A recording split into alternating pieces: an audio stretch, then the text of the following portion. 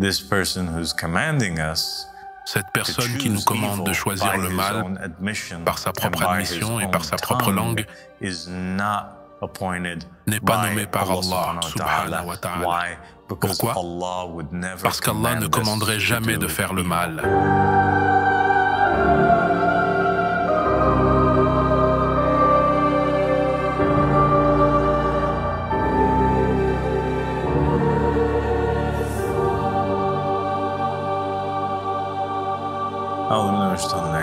Bismillahirrahmanirrahim. Allahumma salli ala Muhammadin wa ali Muhammad. Al-imma wal-mahdina wa sallam taslima. Assalamu alaikum wa rahmatullahi wa barakatuh. Mon cher frère et compagnon Jonathan. Wa alaykum salam, père. Merci de m'avoir rejoint. C'est un honneur. Je suis très heureux d'être ici. Merci. L'honneur est pour moi. Merci. Que Dieu te bénisse. Today, we want to talk for a little bit about Aujourd'hui, nous voulons parler un peu d'un titre d'actualité qui est sorti sur CNN. Et en fait, il y a une histoire qui est apparue sur de nombreux médias grand public qui, je pense, met vraiment en lumière l'essence de notre religion, qui est la véritable religion monothéiste de Dieu. La vraie religion d'Adam jusqu'à Noé, et de Noé à Abraham, d'Abraham à Moïse. C'est le véritable judaïsme, c'est la vraie religion judaïque, la véritable essence du christianisme et de l'islam. C'était une histoire d'actualité qui avait mis en avant des paroles du pape, le pape François. C'était en première page de CNN au milieu de septembre, et elle est apparue ensuite sur différents médias, à la télévision. Essentiellement, il s'adressait aux croyants du monde entier qui croient en lui. Il parlait surtout aux catholiques qui vivent aux États-Unis. Et il faisait ses commentaires, donnant ses directives à sa congrégation, à ses fidèles, sur ce qu'ils devraient faire concernant les prochaines élections américaines. Et il déclarait que, vous savez, nous sommes dans ce dilemme. Il y a deux personnes qui sont mauvaises. Il considère Trump comme une personne malveillante parce que Trump est contre l'immigration. Il croit que le fait d'être contre les réfugiés est mal. Et il croit également que Kamala Harris est malveillante. Il a déclaré que la raison pour laquelle il croit qu'elle est malveillante est qu'elle est pro-choix et qu'elle est pour les avortements. Et il est anti-avortement et soi-disant pro-vie.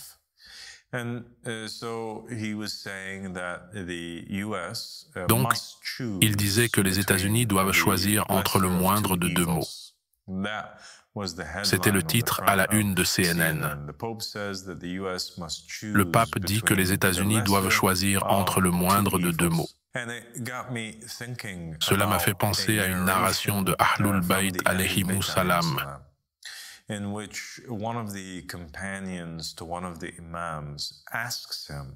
dans laquelle l'un des compagnons d'un des imams lui demande la signification du verset du Saint-Coran, où il est dit « Bismillahirrahmanirrahim » et ceux qui commettent le mal, s'ils font le mal, disent « c'est ce que nous avons trouvé nos ancêtres faire, et c'est ce que Dieu nous a ordonné de faire. » Dit, en vérité, Allah ne commande pas le mal. Vous dites d'Allah ce que vous ne savez pas, c'est ce que dit le verset. Donc, il y a ces gens qui commettent le mal. Lorsqu'ils sont confrontés et que quelqu'un leur dit « ce que vous faites est mal », ils disent « nous avons trouvé nos ancêtres faisant cela. C'est notre façon de vivre naturelle. Et aussi, Dieu nous a commandé de le faire. Donc, en réalité, le mal qu'ils commettent, ils pensent que cela vient de Dieu. Et ensuite, nous sommes commandés à leur dire « Dieu ne commande pas le mal. Dites-vous d'Allah ce que vous ne savez pas ?» Alors l'imam a répondu et a dit « Avez-vous déjà vu ou entendu quelqu'un dans quelque religion que ce soit proclamer que Dieu commande le mal. Avez-vous déjà entendu quelqu'un dire qu'Allah commande par exemple le meurtre, ou qu'il commande la fornication ou l'adultère? Non. Mais plutôt, la vraie signification de ce verset est que les imams de la déviation, les faux imams, les faux leaders religieux qui prétendent être des vice-gérants d'Allah, subhanahu wa ta'ala, et les faux dirigeants qui règnent sur les gens, les faux rois qui proclament une autorité d'Allah sans avoir été nommés par Allah, subhanahu wa ta'ala. Ce sont ceux auxquels ce verset se réfère. Donc maintenant, nous voyons que cela a une toute autre signification. Ce dont il est question, ce sont les adeptes du judaïsme, du christianisme, de l'islam sunnite et de l'islam chiite, qui s'accrochent à une figure d'autorité ou à un roi, un dirigeant qui n'est pas quelqu'un qui a été divinement nommé par Allah, subhanahu wa ta'ala. Lorsqu'ils sont confrontés et qu'on leur dit que c'est mal, vous ne devez vous accrocher à personne d'autre qu'à ceux qui ont été divinement nommés par Dieu. La réponse est, eh bien, c'est la voie de nos ancêtres. Dieu nous avait commandé de choisir, comme lorsque Sistani émet une fatwa et dit que tout le monde devrait élire, ou que Khamenei émet une fatwa et dit que tout le monde devrait voter lors des élections pour le parti qui est un parti chiite, ou lorsque les gens se tournent vers le pape et que le pape leur commande littéralement le mal. Il dit « choisissez le moindre entre les deux mots ».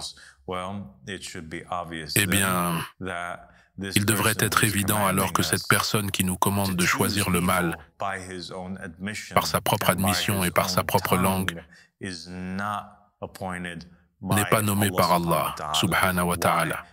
Pourquoi? Parce qu'Allah ne nous commanderait jamais de faire le mal, mais plutôt les imams de la déviation, tels que le pape François, nous commandent de faire le mal. Ça fait parfaitement sens. Cela fait parfaitement sens, en effet.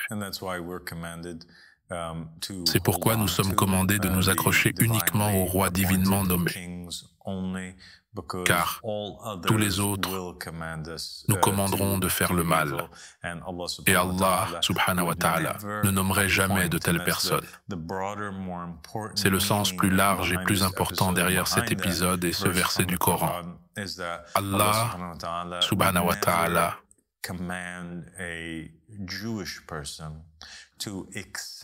ne commanderait jamais à un juif d'accepter quelqu'un qui n'a pas été nommé par lui, quelqu'un qui n'est pas infaillible, tel qu'un prophète, un messager, ou un roi divinement nommé comme David ou Salomon, ou un juge divinement nommé par Dieu, pourrait commander à son peuple de faire le mal, car il n'est pas renforcé par l'Esprit Saint. La même chose s'applique au christianisme. Dieu ne commanderait jamais aux chrétiens de choisir entre le moindre de deux mots.